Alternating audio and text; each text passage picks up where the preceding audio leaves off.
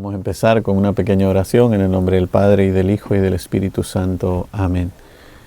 Le pedimos al Espíritu Santo que venga sobre nosotros, que prepare nuestros corazones y nuestras mentes para seguir reflexionando en el magisterio de la Iglesia, en los documentos magisteriales y en la enseñanza autorizada del Papa y de los obispos.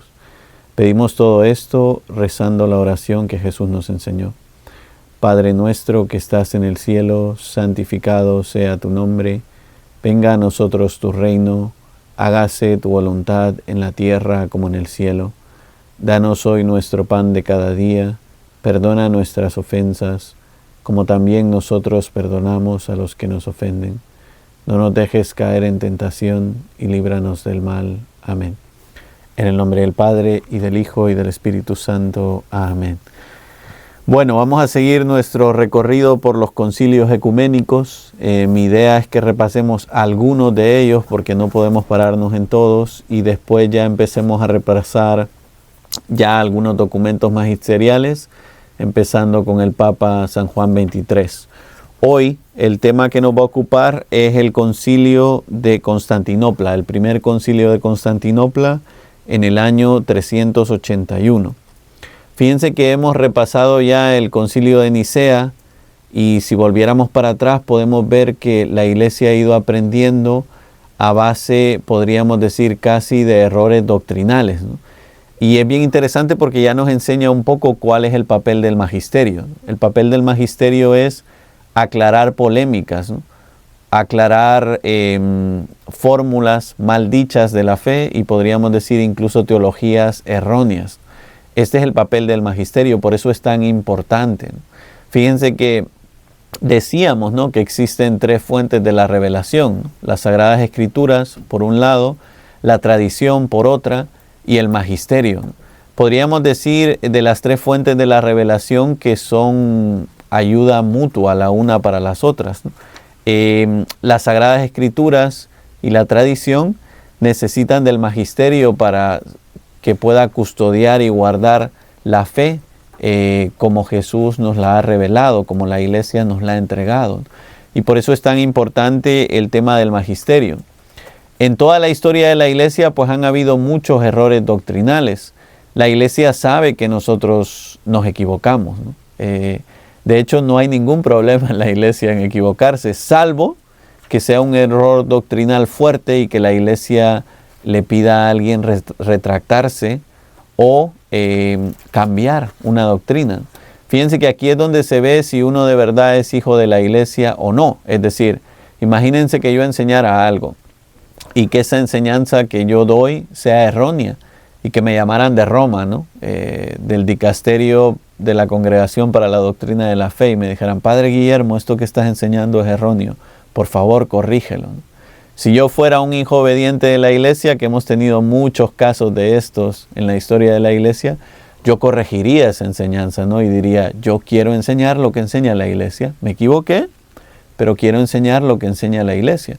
Por eso lo primero que hace la Iglesia cuando alguien está enseñando algo erróneo es pedirle a esa persona que se retracte, ¿no? Porque la Iglesia lo que quiere es salvar a esa persona, salvar la fe de esa persona y de todas las demás personas que están siguiendo esa doctrina. A lo largo de los concilios ecuménicos, como vemos, hay polémicas doctrinales, hay concilios para aclarar esas polémicas y se le da la oportunidad a la persona que está enseñando esa doctrina errónea que se retracte y que vuelva a la enseñanza de la Iglesia. Aquí podemos ver la gran caridad y el gran amor que la Iglesia tiene con sus hijos, ¿no? Dice las Sagradas Escrituras, ¿no? Dios quiere que todos los hombres se salven y lleguen al conocimiento de la verdad, en la carta a Timoteo. Y qué verdad tan grande. Por extensión podemos decir que la Iglesia quiere lo mismo, ¿no? La Iglesia quiere que todos los miembros de la Iglesia se salven y lleguen al conocimiento de la verdad.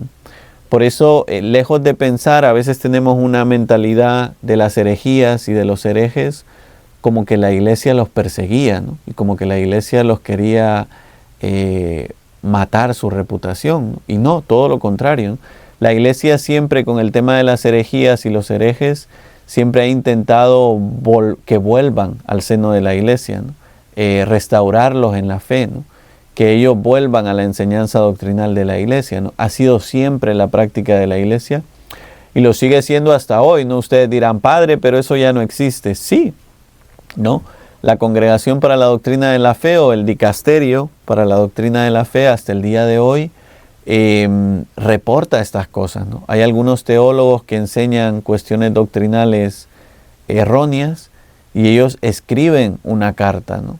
a esos teólogos y les piden que no enseñen esas cosas erróneas, ¿no? Fíjense, les pongo un ejemplo, ¿no? El cardenal Ratzinger, cuando era el prefecto para la Congregación para la Doctrina de la Fe, estuvo muy a cargo de corregir algunos errores de la teología de la liberación en América Latina. Y se encargó él directamente de escribir un documento sobre el valor de la teología de la liberación y los errores de la teología de la liberación. Y se encargó también él de manera personal de escribir a algunos teólogos, que algunos están vivos ahora mismo, ¿no? Y pedirles que cambiaran sus doctrinas y que dejaran de enseñar doctrinas erróneas. Esto es algo que pasa en la iglesia. Entonces es muy bueno que nosotros, que no tenemos la autoridad para corregir, sí tengamos la humildad de saber que nos podemos equivocar en lo que enseñamos, ¿no? Y claro, ustedes y yo no somos teólogos famosos, ¿no? No creo que haga falta que el Dicasterio de Doctrina de la Fe nos escriba una carta o nos haga una llamada para corregirnos, ¿no? Pero sí tener la humildad y la sencillez de saber que podemos equivocarnos en lo que enseñamos y que tenemos que primero ser hijos de la iglesia por encima de todo lo demás, ¿no? Yo soy primero hijo de la iglesia antes de ser sacerdote, antes de ser teólogo, antes de ser lo que sea, ¿no? Esto es muy importante porque si no, la soberbia siempre nos dirá que yo sé más que la iglesia, que nadie me puede corregir, que nadie puede pensar que lo que estoy diciendo es erróneo, ¿no? Y sí, es un problema a veces, muchas veces de interpretación, ¿no? A mí me ha pasado como sacerdote, muchas veces estoy enseñando algo y alguien lo entiende mal y viene después de misa y me dicen, padre, esto que dijo es erróneo, ¿no? O esto que dijo es herético. Y la mayoría de las veces se arregla el problema explicándole a la persona que me entendió mal, ¿no? Tengo 5 años de sacerdocio y ya tengo muchas anécdotas de esto, no les puedo contar hasta cartas que me han escrito diciendo de problemas doctrinales de cosas que yo he dicho en una homilía, ¿no? Y la mayoría de las veces la persona no ha entendido lo que yo he querido decir, ¿no? Y yo me he sentado con ellos y se lo he explicado con tranquilidad y las personas han entendido. Pero no siempre es así, ¿no? Puede pasar que alguien no entienda o que de verdad yo me equivoque en lo que estoy enseñando, ¿no? Entonces, el que enseña en la iglesia, si no es el Papa y no son los obispos que tienen la enseñanza autorizada, tenemos que tener la humildad y la sencillez de saber que podemos equivocarnos, ¿no? Y que a veces tendremos que explicar y a veces tendremos que retractarnos. Fíjense que ni me quiero meter en este tema porque nos va a perder del tema principal, ¿no? Pero hoy en día con las redes sociales y con los videos de YouTube, esto está a la orden del día, ¿no? El otro día veía yo un video de un sacerdote youtuber sobre otro sacerdote youtuber explicando un video que hizo y lo que había dicho en el video. Y me daba mucho que pensar, ¿no? Por una parte me alegró muchísimo la humildad y la sencillez de este sacerdote que decía, es que lo que yo dije no lo dije del todo bien, ¿no? Y voy a hacer otro video para explicarlo. Y dije yo, bueno, qué bien, ¿no? Porque hay que tener la humildad y la sencillez de saber que a veces uno se equivoca en el cómo dice las cosas, ¿verdad? Pero por otro lado también me llamaba muchísimo la atención en esta era de las redes sociales la rapidez de la información, ¿no? Es decir, es muy fácil equivocarse ante una cámara, ¿no? Yo mismo viendo a veces los videos que he hecho de los capítulos anteriores veo cosas que digo, aquí esto no lo dije muy bien o este dato me equivoqué, ¿no? ¿Por qué? Porque la comunicación es muy rápida, ¿no? Entonces hay que tener la humildad y la sencillez de saber que podemos equivocarnos en algunas cuestiones, ¿no? Pero que la iglesia, que es la encargada de cuidar y custodiar la doctrina, de cuidar y custodiar la pureza de la fe, es la que tiene la última palabra en estas cosas, ¿no? Fíjense que en los concilios ecuménicos siempre pasa esto, ¿no? Hay alguna doctrina errónea, hay alguien que quiere corregirla, se convoca un concilio ecuménico para aclararlo y por último se proclama una fórmula de fe para aclarar la polémica y podríamos decir se salva o se salvaguarda la doctrina de la Iglesia. Claro, esto dicho en un plano teórico, ¿no? En un plano práctico, imagínense ustedes lo que significa esto, ¿no? Unos señores que rompieron con la Iglesia, ahora se les declara que están fuera del seno de la Iglesia. Entonces hay una cierta polémica, ¿no? Hay siempre un peligro de cisma, por decirlo de alguna manera, ¿no? ¿Y qué quiero decir de cisma? De gente que sale de la Iglesia, de gente que prefiere creer lo que enseña alguien en particular que lo que enseña la Iglesia. Me podrían decir ustedes, ay padre, pero eso es algo de los primeros siglos. No, hasta el día de hoy estamos con esto, ¿no? Hay gente que por seguir a un teólogo o por seguir a un sacerdote o por seguir a una persona, prefieren salir del seno de la Iglesia y vivir en una especie de secta o en una especie de cisma. Por eso es muy importante para nosotros amar la Iglesia profundamente, ser hijos de la Iglesia y obedecer todo lo que nos manda la Iglesia siempre, ¿no? A todos y cada uno de nosotros, ¿no? Bueno, centrémonos en el Concilio de Constantinopla. Los concilios de Constantinopla son más de uno, entonces quiero aclarar que hoy voy a hablar del primer concilio de Constantinopla, celebrado en el año 381. Esto es lo que llamamos el segundo concilio ecuménico, ¿no? El primero es del que hablábamos en el capítulo anterior, el concilio de Nicea. En este segundo concilio ecuménico, convocado por el emperador romano Teodosio I, el Grande, ¿verdad?, tuvo una importancia decisiva en la doctrina católica, ¿no?, podríamos decir, y en referencia en concreto al Espíritu Santo, ¿no? ¿Se acuerdan que el primer concilio ecuménico, el concilio de Nicea, era referente a la persona de Cristo y a la explicación de que Cristo era consustancial al Padre? En este segundo concilio ecuménico pues va a pasar algo en paralelo, ¿no? Lo que se dudaba de Cristo ahora se va a empezar a dudar del Espíritu Santo, y lo que se aclara de Cristo en Nicea se aclara del Espíritu Santo en Constantinopla. Por eso es bien interesante ir viendo cómo evoluciona y cómo se va explicando la doctrina trinitaria. No es de la noche a la mañana, aunque tenemos muchas bases bíblicas para entender la doctrina de la Santísima Trinidad, hay que encontrar todo un lenguaje teológico para explicarlo, ¿no? Y dentro de la historia de la Iglesia, esto es algo muy complejo, ¿no? Muy complicado, y lo vamos a ver con estos concilios ecuménicos. Bueno, pasa que podríamos decir, así como ha habido una primera herejía en los primeros siglos que llamábamos el arrianismo, que pensaba que Jesús era una criatura, ¿no? No era de la misma naturaleza que el Padre. Eso crea en la Iglesia Universal un clima de división. Fíjense que hablábamos de esto en el capítulo anterior, ¿no? Era una división no solo doctrinal, sino también política, ¿no? Ya se estaba rompiendo el Imperio Romano en dos, entre el Imperio Occidental y el Imperio Oriental.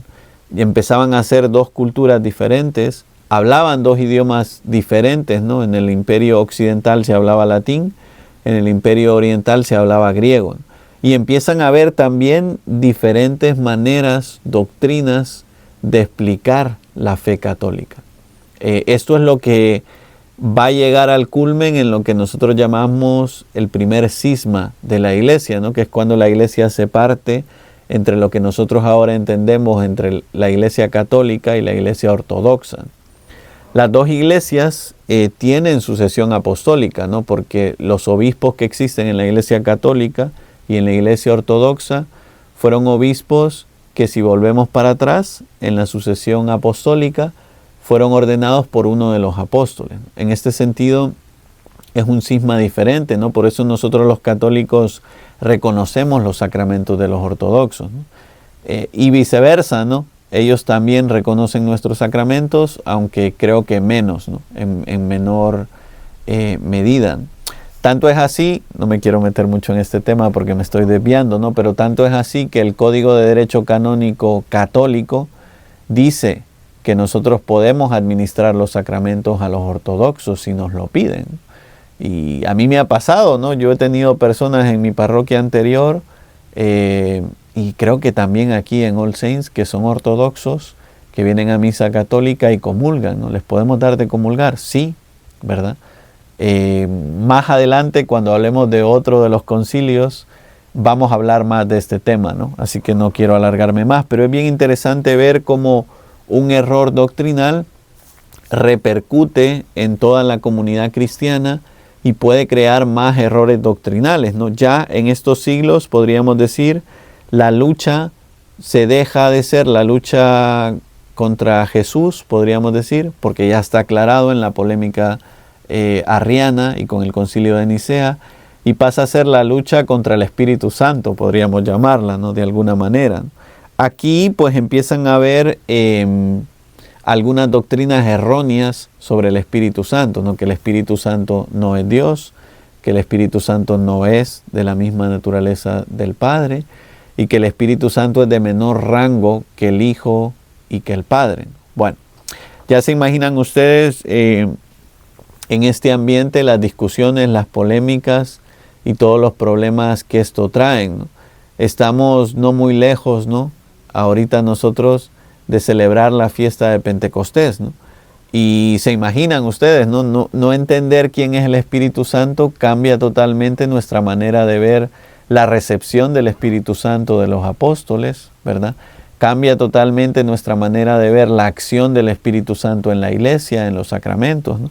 Por eso es muy importante aclarar esta polémica doctrinal de los primeros siglos. Bueno, para que nos hagamos una idea, Constantinopla es ahora mismo la actual Estambul, ¿no? Es decir, dentro de Turquía, hoy en día un país musulmán, pero de un trasfondo cristiano muy fuerte, ¿no? Allí fue este concilio de Constantinopla convocado por el emperador, que comenzó en mayo del año 381. Se celebró en la iglesia de Hagia Irene, que si lo traducimos al español, en griego, ¿verdad? Significa la Santa Paz, ¿no? La iglesia de la Santa Paz. Y esto es muy simbólico, ¿no? Podríamos decir que había una especie de guerra civil dentro del imperio, ¿no? Por estas cuestiones doctrinales. A los emperadores, nosotros ahora tenemos una mentalidad moderna, ¿no? Pensamos, hay una separación entre la iglesia y el Estado. Lo tenemos tan metido en la cabeza y en el corazón que no se nos ocurre lo que está pasando ahora mismo en el Imperio Romano, que es que no hay ninguna separación entre la iglesia y el Estado, ¿no? Al emperador le interesa resolver estas cuestiones doctrinales porque repercuten en la vida social y en la vida civil del imperio, ¿no? Por eso son los emperadores los que convocan los concilios, aunque podríamos decir con la aprobación del Papa, que es la cabeza de la Iglesia Universal, ¿no? Bueno, en este contexto podríamos decir, se abre primero la polémica del Espíritu Santo, ¿no? Pensémoslo por un momento, ¿no? Decir que el Espíritu Santo no es Dios nos deja con un problema muy grande, ¿no? Porque entonces hay muchísimos pasajes de las Sagradas Escrituras que nosotros no podríamos entender. Decir que el Espíritu Santo es un Dios de menor rango también nos deja con muchos problemas doctrinales, porque ahora no podemos entender la acción del Espíritu Santo en la Virgen María, la acción del Espíritu Santo en la humanidad de Jesús, la acción del Espíritu Santo en todos y cada uno de nosotros, ¿no? Y más cosas, ¿no?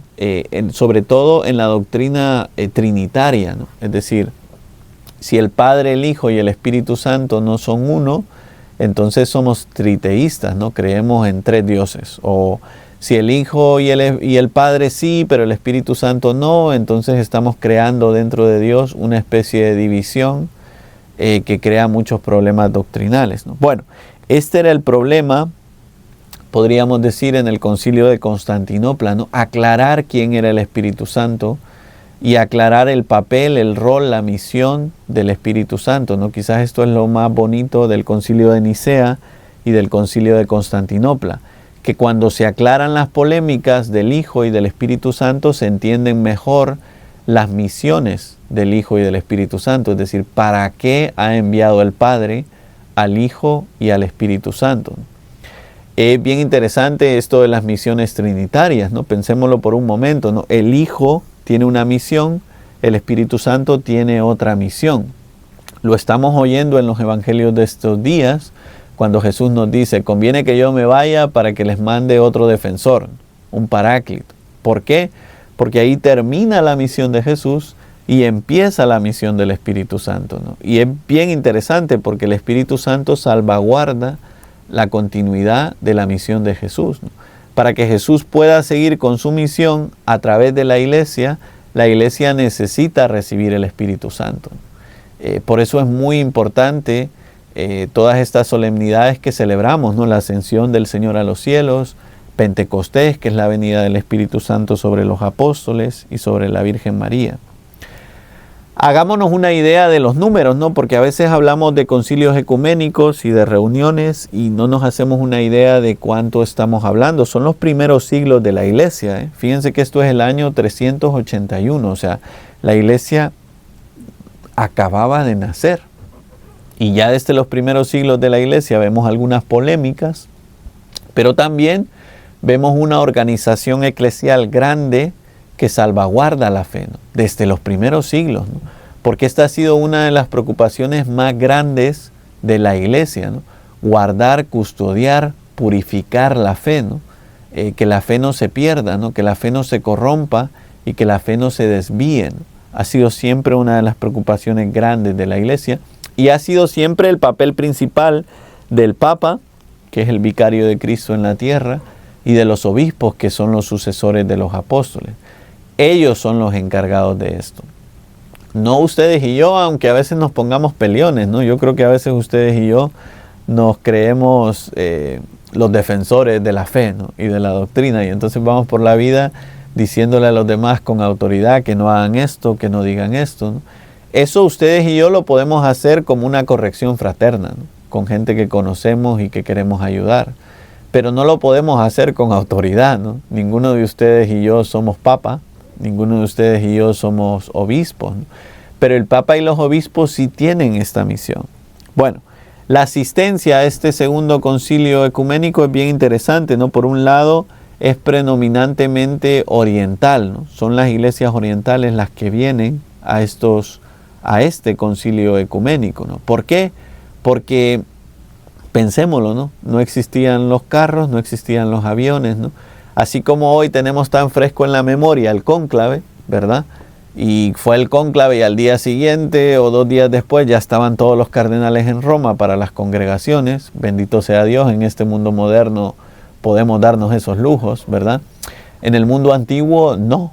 Es decir, cuando había un concilio ecuménico en la parte oriental del imperio, no iba casi nadie de la parte occidental del imperio, ¿no? Porque había que viajar mucho, ¿no? No habían los medios. Normalmente el Papa no iba a estos concilios ecuménicos, sino que tenía un delegado, ¿no? Alguien a quien enviaba como encargado de estar por él en esa reunión. Y los demás obispos occidentales tampoco, ¿no? Aunque hay algunas excepciones, como vamos a ir viendo en estos programas. Bueno, fueron alrededor de 150 obispos orientales. Y, como dije antes, no había participación directa de obispos occidentales, aunque sí había un delegado del Papa. Fíjense que incluso esto hizo que el concilio de Constantinopla, el primer concilio de Constantinopla, no pasara a ser parte de la lista de los concilios ecuménicos hasta más tarde, ¿no? ¿Por qué? Porque existe una distinción entre los concilios regionales y los concilios ecuménicos. Ustedes y yo ya hablamos de esto brevemente, ¿no? Al principio de la historia de la iglesia no se tenía tan claro que este primer concilio de Constantinopla fue un concilio ecuménico, ¿no? Algo que afectó a la iglesia universal. Al principio se creía que era un concilio regional, podríamos decir, ¿no? De la iglesia de Constantinopla. Pero después, conforme pasó la historia de la iglesia, se fue reafirmando la idea de que fue un concilio ecuménico, ¿no? Un concilio, podríamos decir, que salvó la fe y la historia de la iglesia. Fíjense que lo que hemos dicho ya, ¿no? Los concilios no crean un credo nuevo, ¿no? A veces tenemos la idea de que pasó un concilio, sucedió un concilio y creó un credo nuevo. No, ¿verdad? Hablamos ya en capítulos anteriores del credo de los apóstoles y del credo niceno-constantinopolitano, que es el credo de los apóstoles, más lo que dijo el concilio de Nicea, más lo que dijo el concilio de Constantinopla. Entonces, ¿qué hace el concilio de Constantinopla? El concilio de Constantinopla pone un énfasis en la persona del Espíritu Santo, ¿no? Ya estaba claro quién era el Padre, ya estaba claro quién era el Hijo, y ahora había que aclarar quién era el Espíritu Santo. Fíjense que hoy la mayoría de iglesias saben que esto es parte de la historia de la iglesia, ¿no? Y profesan en sus credos alguna fórmula que tenga que ver con el concilio de Nicea y con el concilio de Constantinopla, ¿no? Porque aquí se aclaró un poquito más la fe, ¿no? ¿Qué afirma el concilio de Constantinopla sobre el Espíritu Santo? Eso que ustedes y yo decimos todos los domingos en misa. Dice del Espíritu Santo: Señor y dador de vida, que procede del Padre, que con el Padre y el Hijo recibe una misma adoración y gloria, y que habló por los profetas. Bueno, desglosemos un poco esta fórmula porque es muy interesante, ¿no? Primero, Señor y dador de vida. Señor es una palabra hebrea y griega que significa Dios. Hablábamos ya en programas anteriores que en el hebreo y en el mundo judío no se puede, no se debe pronunciar el nombre de Dios, ¿verdad? Porque es un nombre santo, Yahvé, que decimos nosotros en español o que traduce la Biblia. En el mundo judío no se mencionaba ese nombre. Normalmente para sustituirlo se decía Adonai, ¿no? Que significa el Señor, ¿no? Eso que después al griego pasó a ser Kyrie o Kyrios, ¿no? Que también se traduce en español como el Señor. Siempre que la Biblia nos habla del Señor, nos está hablando de Dios. Por eso decimos que Cristo es Señor, lo dice las Sagradas Escrituras. Pero aquí el credo nos repite que el Espíritu Santo es Señor. ¿Qué significa esto? Que el Espíritu Santo es Dios, la divinidad del Espíritu Santo. No es un semidios, no es una criatura, el Espíritu Santo es Dios, tiene la naturaleza divina.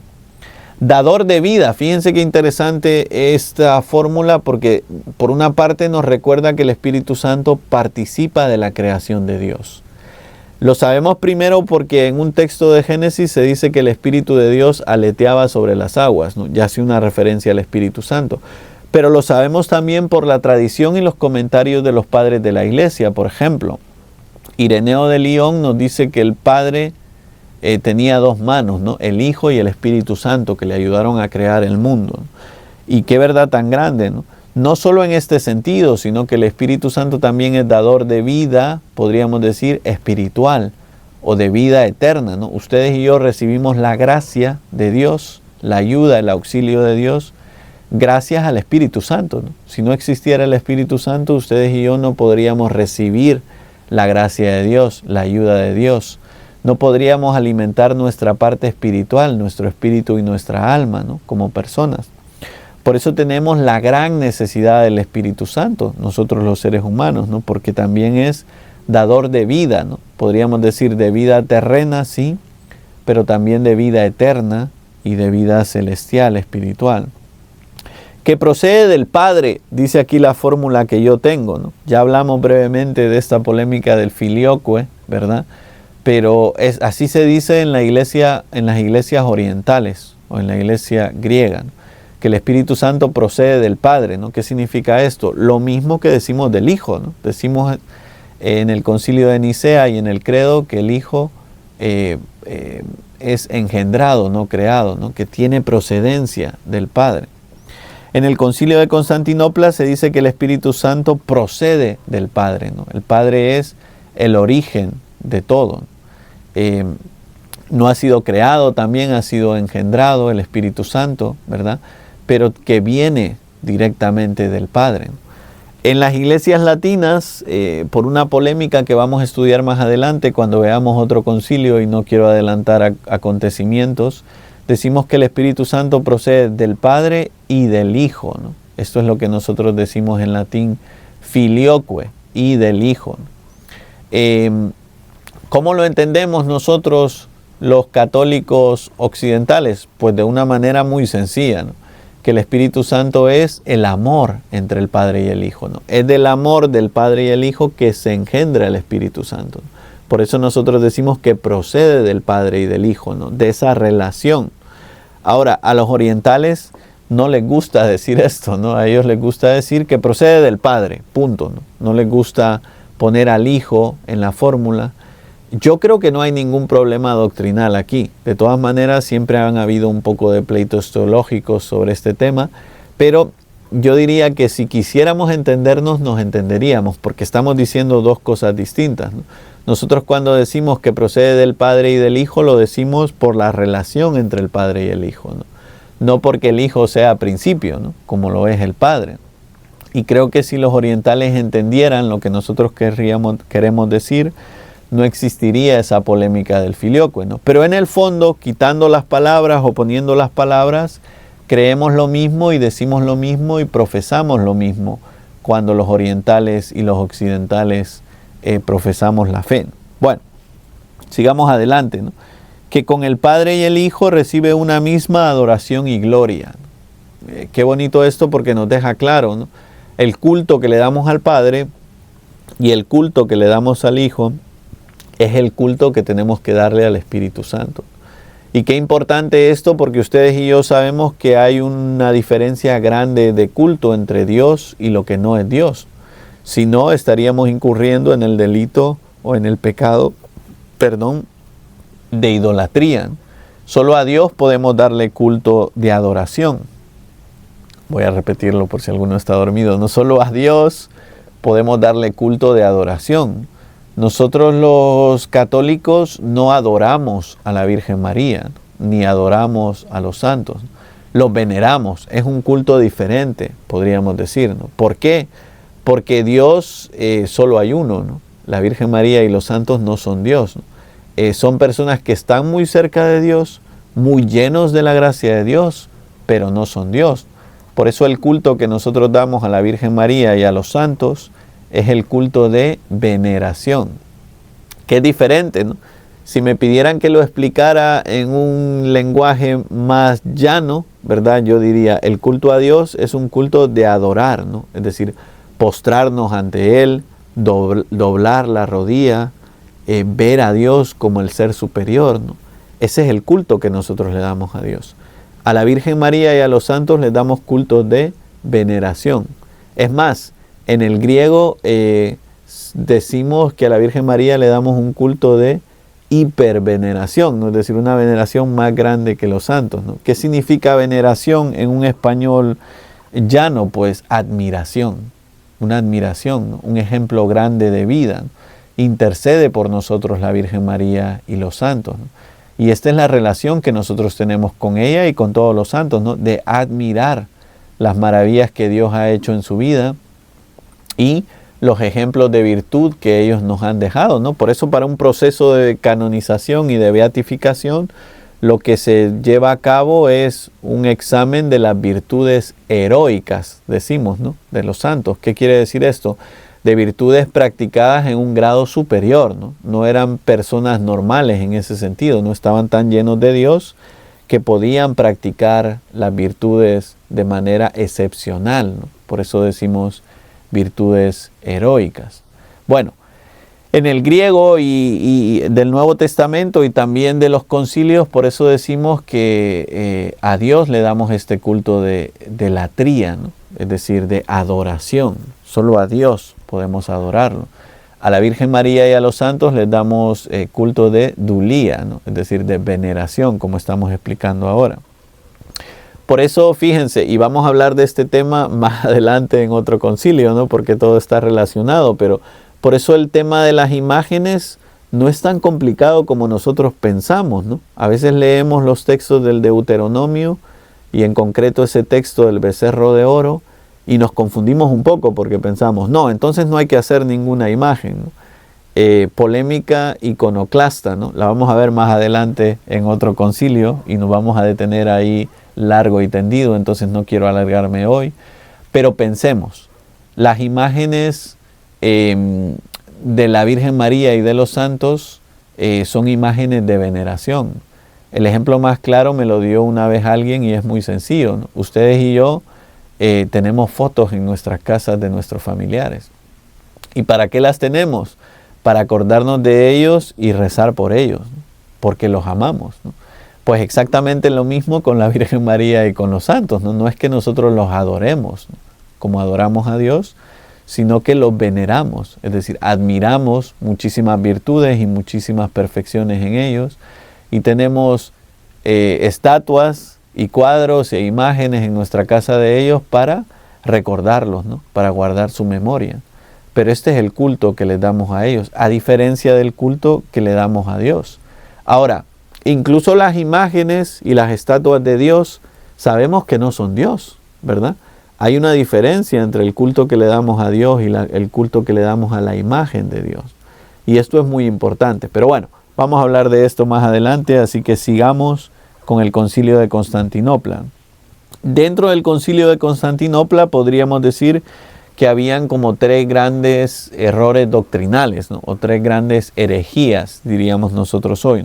Por un lado, el arrianismo, que seguía vivo. Fíjense que esto es lo más curioso, ¿no? Es decir, ya se había convocado el Concilio de Nicea, se había aclarado doctrinalmente la polémica, pero los arrianos seguían por ahí, ¿no? Y la gente seguía pensando que Jesús no era de la misma naturaleza del Padre. Comparémoslo con la vida parroquial, ¿no? Imagínense que se cambia algo en la parroquia, ¿no? Yo como sacerdote, siempre que tengo que cambiar algo en la parroquia, lo pienso y lo vuelvo a repensar y lo rezo y pido opinión a mucha gente, porque no son fáciles los cambios, ¿no? Cuando uno hace un cambio, se tarda alrededor de un año en que la gente se acostumbre a un cambio, ¿no? Por decir algo, un año, porque a veces la gente nunca se acostumbra. Bueno, pues en las cuestiones doctrinales lo mismo, ¿no? Existen los concilios ecuménicos. Se proclama una fórmula después del concilio, pero para volver a la normalidad de corregir ese error, pasan años, ¿no? Pasan años. Por eso el arrianismo seguía por ahí bien vivo en la iglesia del año 381. Después también tenemos otra pequeña herejía o error doctrinal que podemos denominar el macedonismo, ¿no? El macedonismo es la negación de la divinidad del Espíritu Santo, ¿no? Se llama así porque normalmente eran los cristianos de Macedonia los que creían esto, ¿no?, esa comunidad cristiana, que el Espíritu Santo no era Dios, que el Espíritu Santo no era de la misma naturaleza del Padre y del Hijo. Bueno, ustedes y yo sabemos que sí, porque ya hemos asumido el Concilio de Constantinopla, ¿no? Pero es en esta época nada raro que los primeros cristianos tuvieran esta duda, ¿no? Y en concreto los cristianos de Macedonia. Pero la Iglesia aclara esta duda, ¿no? Y nos habla del Espíritu Santo, que es Señor, que es Dios, que es de la misma naturaleza que el Padre y que el Hijo. Bueno, aquí vamos a convivir con otra herejía que en el siguiente programa, o dentro de 2 programas, vamos a tratar largo y tendido, que es lo que llamamos el apolinarismo, ¿no? El apolinarismo es los que niegan la humanidad de Jesús, ¿no? Como si Jesús fuera, podríamos decir, solo un espíritu, ¿no? Y no tiene naturaleza humana. Bueno, vamos a hablar de esto más adelante, así que no quiero adelantarme, ¿no? Pero son esto el caldo de cultivo para que se convoque el primer concilio de Constantinopla, ¿no? Porque están en el aire de todas las iglesias estas ideas doctrinales y alguien tiene que aclararlas. Fíjense que los concilios ecuménicos, además de tener formas doctrinales, como acabamos de ver, la fórmula de el Señor y dador de vida que procede del Padre, que con el Padre y el Hijo reciben una misma adoración y gloria. Y se me olvidó hablar de la última cláusula, ¿no? Que es, y habló por los profetas, ¿no? ¿Qué quiere decir esto?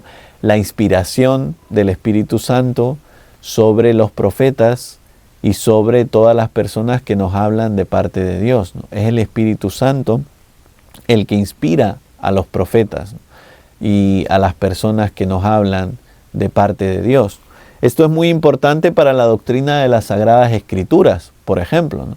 Nosotros decimos que la Biblia fue inspirada por Dios, por el Espíritu Santo, ¿no? Decimos, lo dice el Catecismo de la Iglesia, y es verdad, que las Sagradas Escrituras tienen 2 autores, ¿no? Un autor con mayúscula, que es Dios, Espíritu Santo, que las inspiró, y un autor con minúscula, que es el autor humano, el cual fue inspirado por el Espíritu Santo, ¿no? Esa inspiración del Espíritu Santo es de lo que estamos hablando aquí, o lo que estamos afirmando aquí en el credo cuando decimos que habló por los profetas, ¿no? Podríamos seguir y decir también, habló por los evangelistas, ¿no? Habló por las cartas de Pablo, ¿no?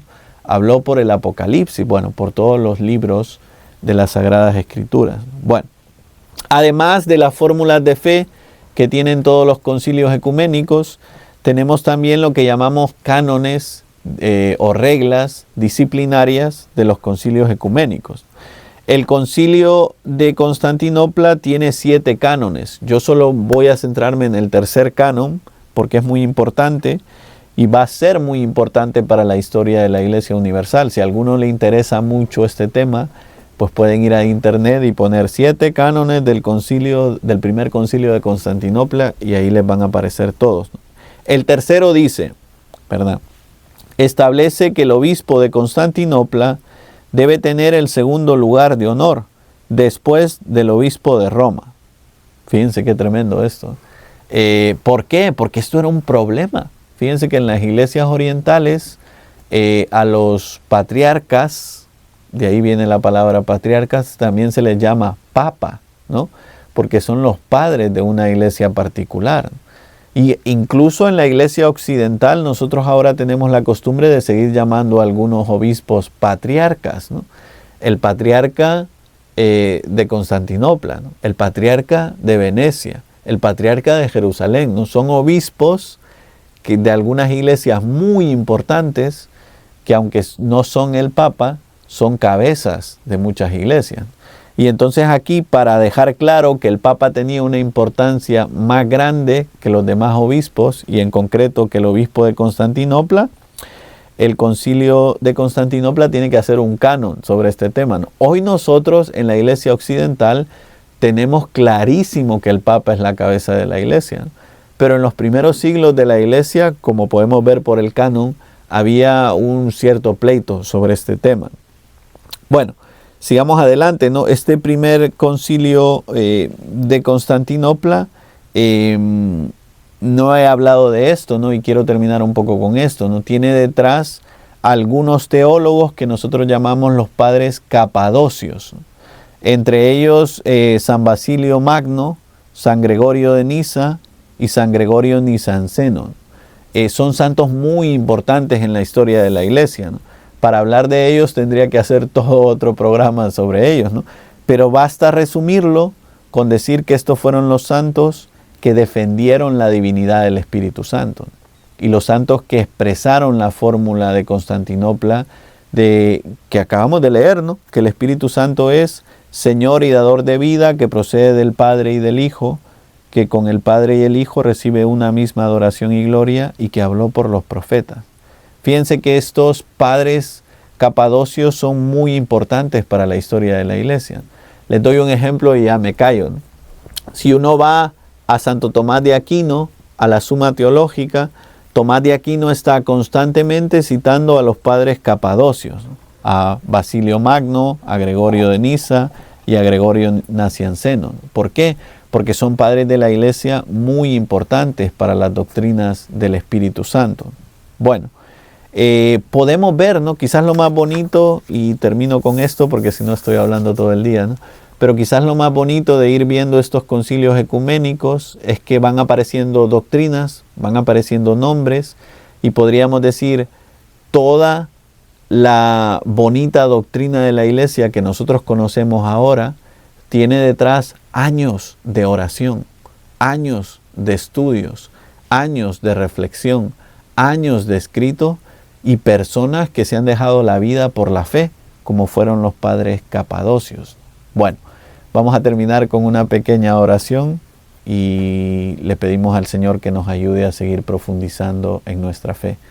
En el nombre del Padre, y del Hijo, y del Espíritu Santo. Amén. Pedimos al Señor que siga dándonos a todos un gran amor y una gran devoción por el Espíritu Santo, que, como hemos aprendido hoy del Concilio de Constantinopla, es Señor y dador de vida, y también con el Padre y el Hijo ha creado el universo.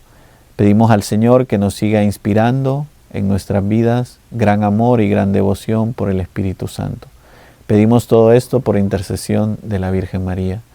Dios te salve María, llena eres de gracia, el Señor es contigo. Bendita tú eres entre todas las mujeres, y bendito es el fruto de tu vientre, Jesús. Santa María, Madre de Dios, ruega por nosotros pecadores, ahora y en la hora de nuestra muerte. Amén. Santa María de Guadalupe, ruega por nosotros. En el nombre del Padre, y del Hijo, y del Espíritu Santo. Amén.